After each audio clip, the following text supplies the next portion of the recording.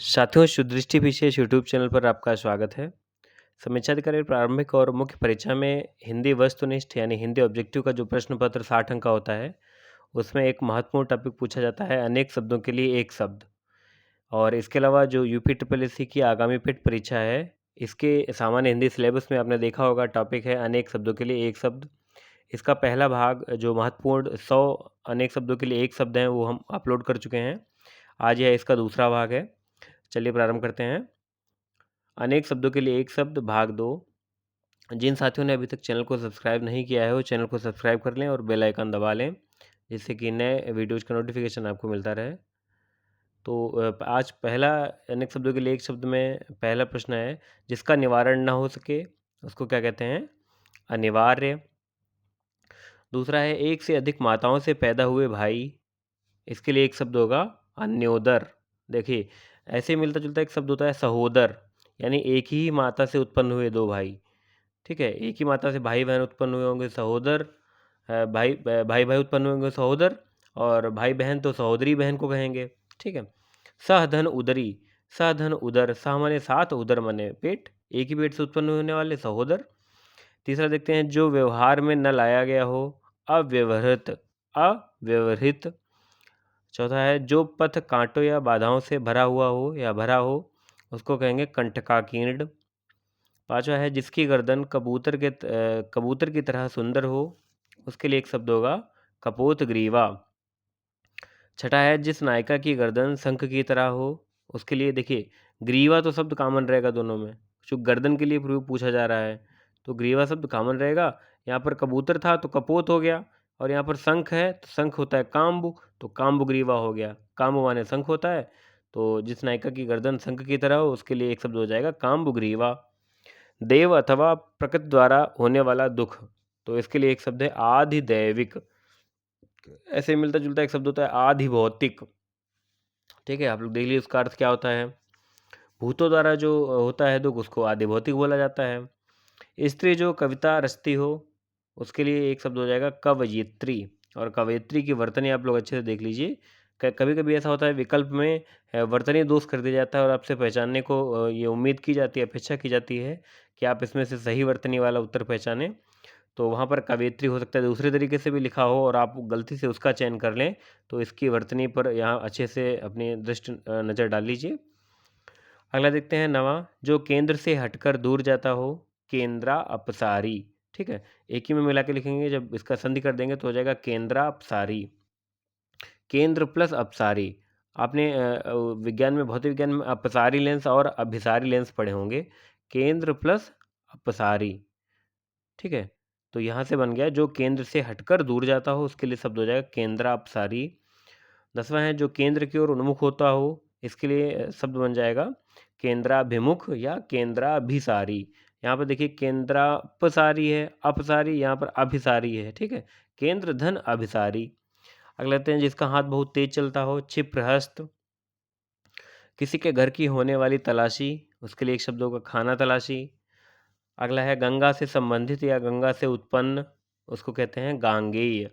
गांगेय जैसे नहीं, गांगेय डॉल्फिन कही जाती है, यानी गंगा से संबंधित होती है, गंगा में रहती है, तो उसको गांगेय डॉल्फिन कहते हैं। इसके बाद, जिसका ज्ञान इंद्रियों द्वारा हो सके, उसको कहते हैं गोचर। यहाँ पर हो सकने की बात हो रही, यानी जिसका ज्ञान, ठीक है, जिसका अनुभव नहीं कह रहे हैं हम, जिसका ज्ञान इंद्रियों द्वारा हो सके उसको कहते हैं गोचर। अब इंद्रियों से जुड़े हुए 3 प्रश्न बड़ा ही कन्फ्यूजिंग होते हैं, ज्ञान, अनुभव और पहुँच। ये 3 प्रकार के प्रश्न हैं यहाँ पर। इनमें ज़रा सा शब्दों में अंतर हो जाता है, और जो उत्तर होता है वो बदल जाता है। देखते हैं, जिसका ज्ञान इंद्रियों द्वारा न हो सके, तो उसके लिए हो जाएगा अगोचर।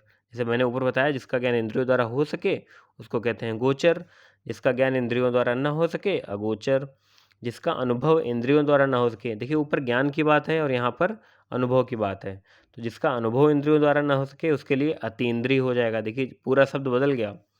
ठीक है, जो इंद्रियों की पहुँच से बाहर हो, उसके लिए क्या हो जाएगा इंद्रियातीत। देखिए, तीनों शब्द अलग अलग हैं।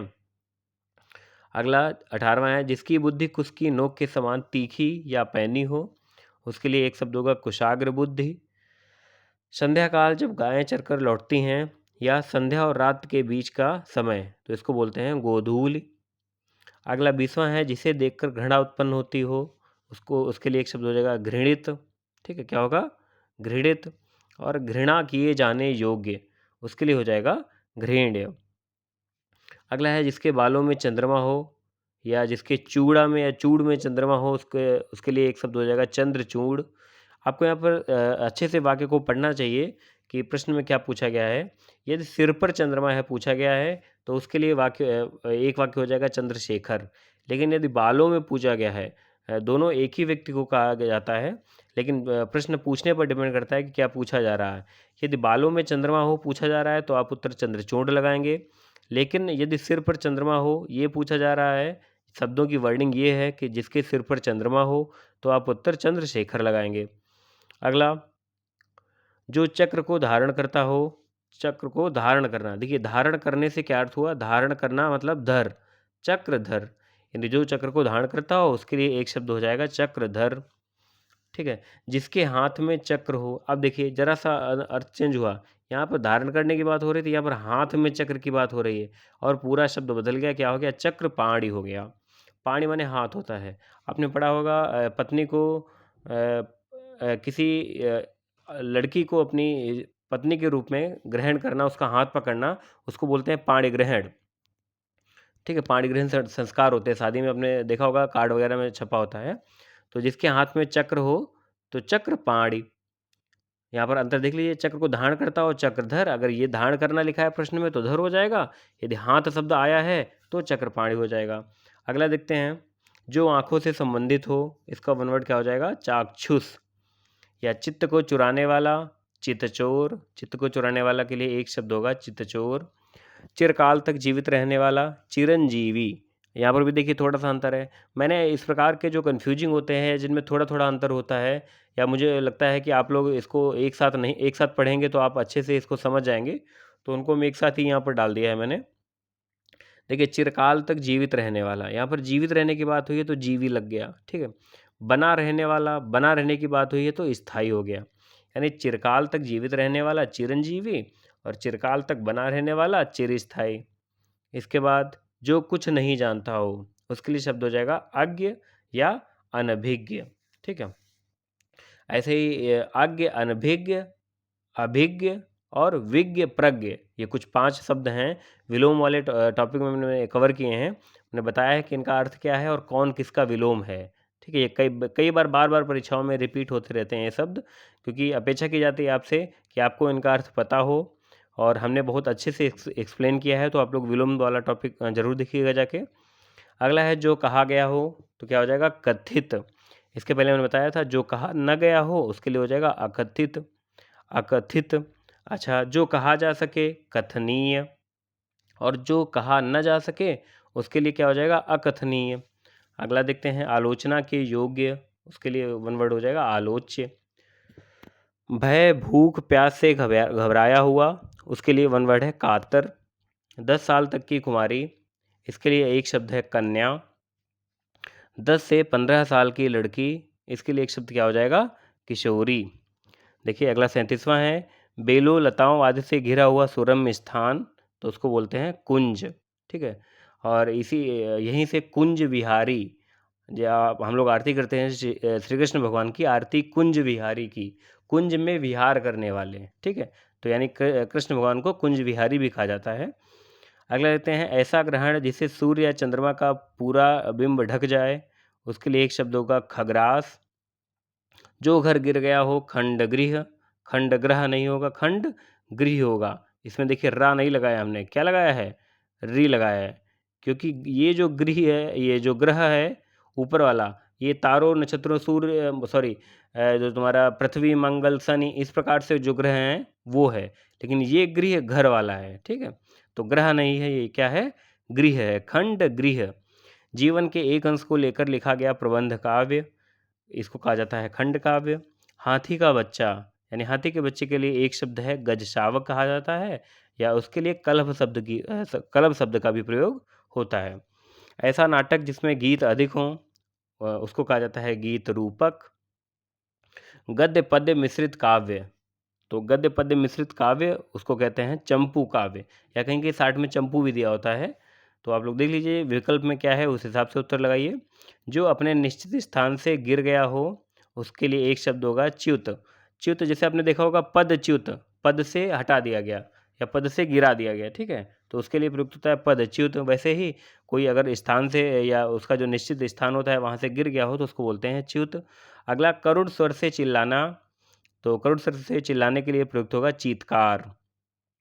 चौथे दिन की आवृत्ति पर आने वाला बुखार उसको कहते हैं चौथिया। किसी काम को करने की इच्छा, उसके लिए एक शब्द प्रयोग होगा चिकीर्षा। 48वां है जो वृद्ध होने के कारण जर्जर हो गया हो, इसके लिए एक शब्द है जराजीर्ण। 49वां है जीतने की इच्छा, इसके लिए एक शब्द है जिगीषा। जीतने की इच्छा रखने वाला, तो वो हो जाएगा जिगीषु। प्रश्न में आप लोग देख लीजिए कि जीतने की इच्छा रखी गई, जीतने की इच्छा पूछी गई है या जीतने की इच्छा रखने वाला, ठीक है, तो उस हिसाब से आप उसमें विकल्प का चयन करें। अगला देखते हैं जानने की इच्छा। जानने की इच्छा के लिए एक शब्द होगा जिज्ञासा। अधिक समय तक जीने की इच्छा, इसके लिए एक शब्द है जिजीविषा। अधिक समय तक जीते रहने की इच्छा रखने वाला, इसके लिए एक शब्द होगा जिजीविषु। किसानों को सरकार या जमींदार द्वारा दी गई ऋण के रूप में आर्थिक सहायता, इसके लिए एक शब्द क्या है तकावी। ये थोड़ा विशिष्ट पार्टिकुलर इसी के लिए प्रयुक्त होता है, तो आपको याद रखना पड़ेगा। अगला है जो तर्क के आधार पर ठीक सिद्ध हो, तो उसको कहते हैं तर्क संगत। इसके बाद 56वां है तर्क के द्वारा जो माना गया हो, तो उसको कहते हैं तर्क सम्मत।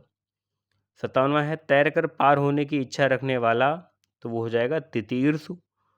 अगला है भोजन की इच्छा रखने वाला, तो उसके लिए एक शब्द क्या होगा जिघत्सु। 59वां है जिसने इंद्रियों पर विजय पा ली हो, उसको बोलते हैं जितेंद्रिय। 60 है जल लेने के बदले में दिया जाने वाला टैक्स, उसको क्या कहते हैं जलकर, ठीक है। 61वां है जो तीनों कालों को जानने वाला हो।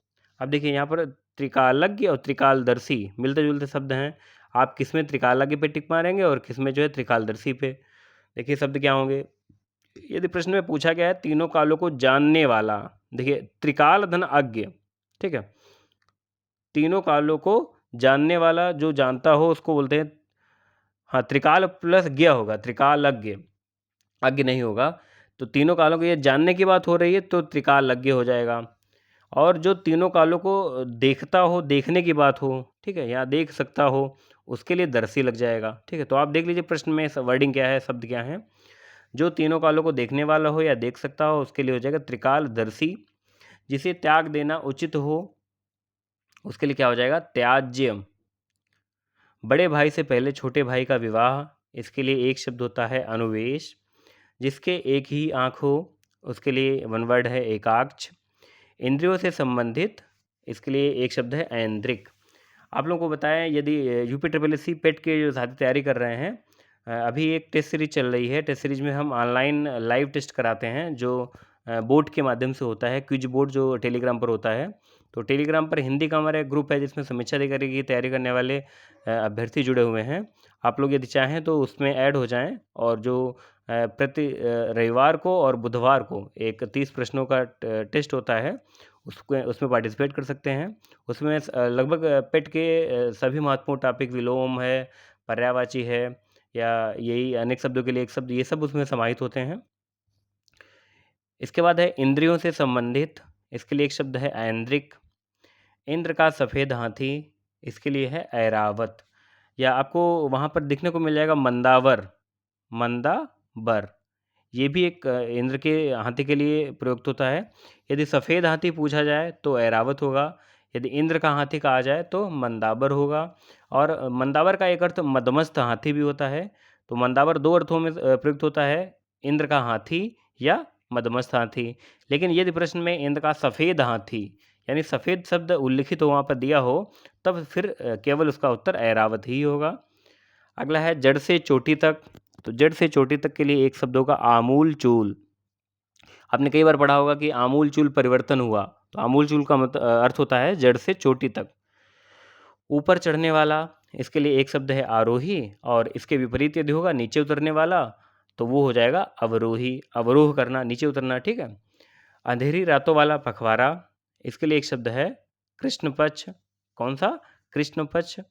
जिसका कोई हिस्सा टूटकर अलग हो गया हो, उसके लिए एक शब्द होगा खंडित। 72वां है बहुत गप्पे हाँकने वाला, इसके लिए एक शब्द होता है गपोड़िया। जिसके सिर के बाल झड़ गए हों, देखिए यहाँ पर दो चीज़ें हैं। यदि सिर के बाल झड़ गए हों यानी पहले थे लेकिन झड़ गए, तो उसके लिए एक शब्द होगा गंजा। जिसके सिर पर बाल न उगे, यानी कि जिसके सिर पर बाल पहले थे भी नहीं और अभी भी नहीं हैं, उसको बोलते हैं खलवाट। इनमें अंतर है। गंजा उसको कहेंगे जिसके सिर पर बाल थे लेकिन झड़ गए, ठीक है। तो शब्द वर्डिंग देखिए, शब्द क्या प्रयोग हुए हैं, जिसके सिर के बाल झड़ गए हों तो हो जाएगा गंजा, और जिसके सिर पर बाल न उगे उसके लिए होगा खलवाट। दो मकानों के बीच की गली, इसको कहते हैं अंतरिका। अगला है जो सबसे छोटा न हो, इसके लिए हो जाएगा अकनिष्ठ। ना लिख गया है, ये न होगा। जो सबसे छोटा न हो उसके लिए क्या हो जाएगा अकनिष्ठ, ठीक है। लाभ या सूद न लेने वाला, इसके लिए हो जाएगा अकुशीद। धन धान्य से परिपूर्ण, धन धान से परिपूर्ण का वन वर्ड होगा अजाची। इसके बाद 79 है जो जमकर ठोस हो गया हो, इसके लिए एक शब्द होगा आशान। 80वां है जिसने सुनने की उत्सुकता के कारण कान खड़े किए हों, इसके लिए एक शब्द है उत्कर्ण। अगला है राजा की सवारी में काम आने वाला साधन, इसके लिए वन वर्ड है उपवाहन। कर्ज चुकाने के लिए लिया जाने वाला कर्ज, यानी ऐसा कर्ज जो कर्ज चुकाने के लिए लिया जाता है, उसको बोलते हैं ऋणार्ण। इस ऋण को बोलते हैं ऋणाढ़, ठीक है। समुद्र के पानी से बनाया जाने वाला नमक, तो इसको बोलते हैं करकच। हाथियों के समूह में सबसे बड़ा हाथी, उसके लिए एक शब्द प्रयुक्त होता है करिंद। मजदूरी के रूप में दिया जाने वाला खड़ा अन्न, इसके लिए एक शब्द है कोरंजा। सूक्ष्म होने की दिव्य शक्ति, तो इसके लिए एक शब्द होता है अडिमा। मैंने शायद जो प्रैक्टिस सेट है हिंदी वाला, वो जब आपको करवाया था तब आपको बताया था कि हनुमान जी को 8 सिद्धियां प्राप्त थीं। उसमें एक सिद्धि अडिमा थी, अडिमा लघिमा, इस प्रकार से 8 सिद्धियां थीं।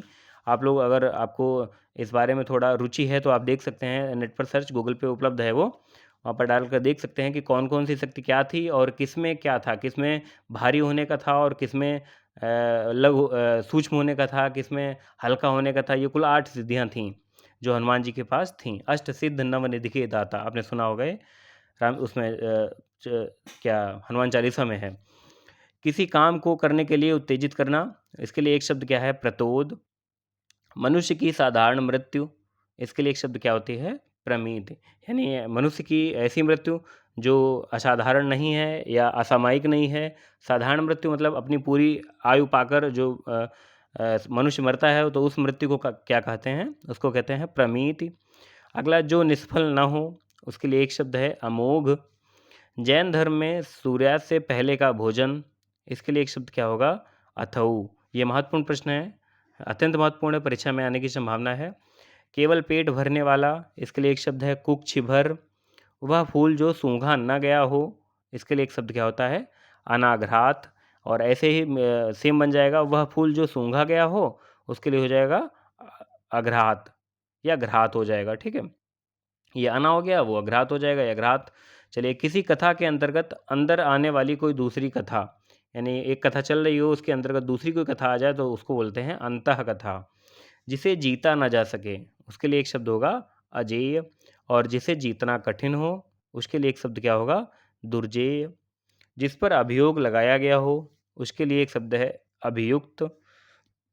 इंद्रियों इंद्रियों पर किया जाने वाला वश, इसके लिए एक शब्द होगा इंद्रिया निग्रह।